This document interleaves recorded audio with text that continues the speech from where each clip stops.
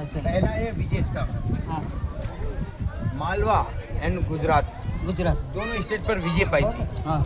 अहमद शाह और महमूद शाह हाँ। दोनों को पराजित किया था। उस खुशी में इन्होंने ये विजय स्तंभ बनाया, विजय की याद में। मालवा ने।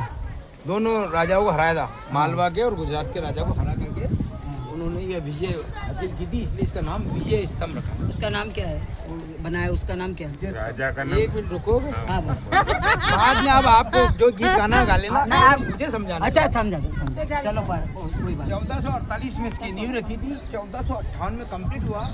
10 साल इसको बनने में लगा, 9 लाख इसका खर्चा आया उस जमाने का, जिस जमाने में सोने की अशर भी चलती थी। हाँ। आज के टाइम में इसका कोई मूल्य नहीं। नहीं। 122 फीट इसकी हाइट है, 157 सीटें इसमें चढ़ने की है, 9 मंजिला है। ये आकृति है शिव जी के डमरू के माफिक है। नीचे से 2 मंजिला चौड़ी है, बीच में सकड़ी, ऊपर से चौड़ी है। नैरो ब्रो है, नैरो।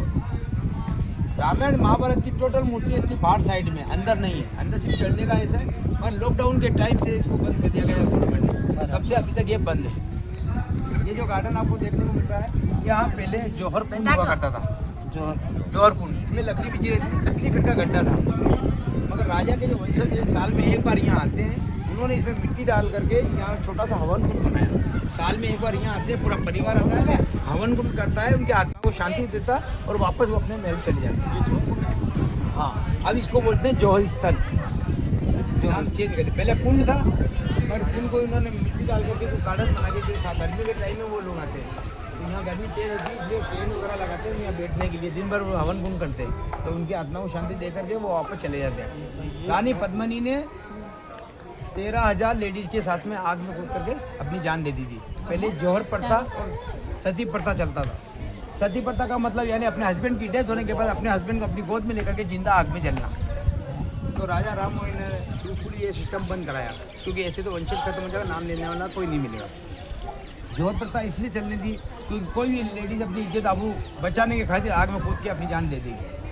पहले क्या होता था, कोई भी राजा यहाँ पर जीत जाता था तो सैनिक सारे मारे जाते थे, टोटल लेडीज बचती थी, उनके साथ बिल्कुल व्यवहार होता था। तो इसीलिए वो आग में कूद करके अपनी जान देती, क्योंकि अपनी इज्जत को दार नहीं करती थी। तो 13,000 लेडीज के साथ में महारानी कर्णावती ने जौहर किया था। 16,000 लेडीज के साथ में महारानी पद्मिनी ने, 7,000 लेडीज के साथ में फूलबाई ने। सबसे बड़े बड़े 3 जौहर हैं।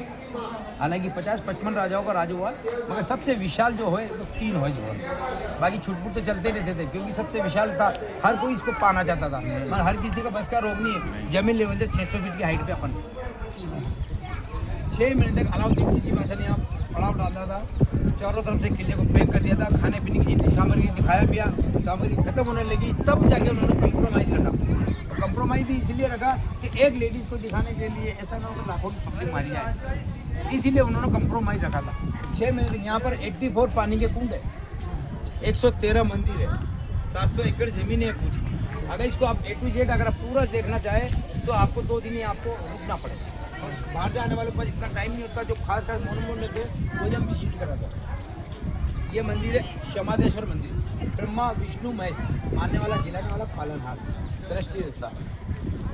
मंदिर की जो आप देखेंगे नींव बिल्कुल कमल के ऊपर, क्योंकि ब्रह्मा जी का बैठक उसी के ऊपर होती है। इसको बनाया था महाराणा कुंभा के फादर महाराणा मोकल सिंह जी ने। और वो कहावत है ना, अगर कहाँ राजा बोल कहाँ गंगू तेल, तो मीरा बाई के जो हस्बैंड थे उन्होंने भी इसको कंप्लीट गाया, बाद में इसका रिपेयरिंग करी, ये खंडित हो गया था इस हिसाब से। इसके अंदर 9 फीट का मूर्ति है, एक ही मूर्ति में 3 चेहरे बने हैं, ब्रह्मा विष्णु महेश। इसके पास में वहाँ से अपन ऊपर से देखेंगे, नीचे कुंड है जिसे बोलते हैं गौमुखी कुंड। ऐसे तो 84 कुंडे में नहीं जा सकते, पर अपन यहाँ से ऊपर से देखेंगे, क्योंकि हाइट में सीधी नीचे उतरना करने में अपना टाइमिंग आगे का पद्मनी पैलेस वगैरह ये शाम का टाइमिंग, इसलिए अपने को थोड़ा विजिट करने में थोड़ा फास्ट रहना पड़ता। तो अभी अपन चलेंगे ब्रह्मा जी के दर्शन करेंगे, वहाँ से कुंड को देखेंगे, चित्तौड़ सिटी को ऐसे विजिट करेंगे, देखेंगे, और फिर ऐसे निकलेंगे जो स्थल के वहाँ से। वो सामने जो गेट है सदी गेट है, जिस गेट के अपन यहाँ खड़े हैं ये जौहर गेट है। वो सामने जो दीवार पे दिख रही ना, वो यहाँ पे वो शूटिंग हुई थी पहले गाइड फिल्म की, देवानंद वहीदा रेहमान की, आज फिर जीने की तमन्ना, आज फिर मरने का इरादा है। वो वहाँ की शूटिंग हुई थी और वो पब्लिक खड़ी है ना, वहाँ पर वहीदा रेहमान वगैरह इनकी शूटिंग हुई थी। आइए।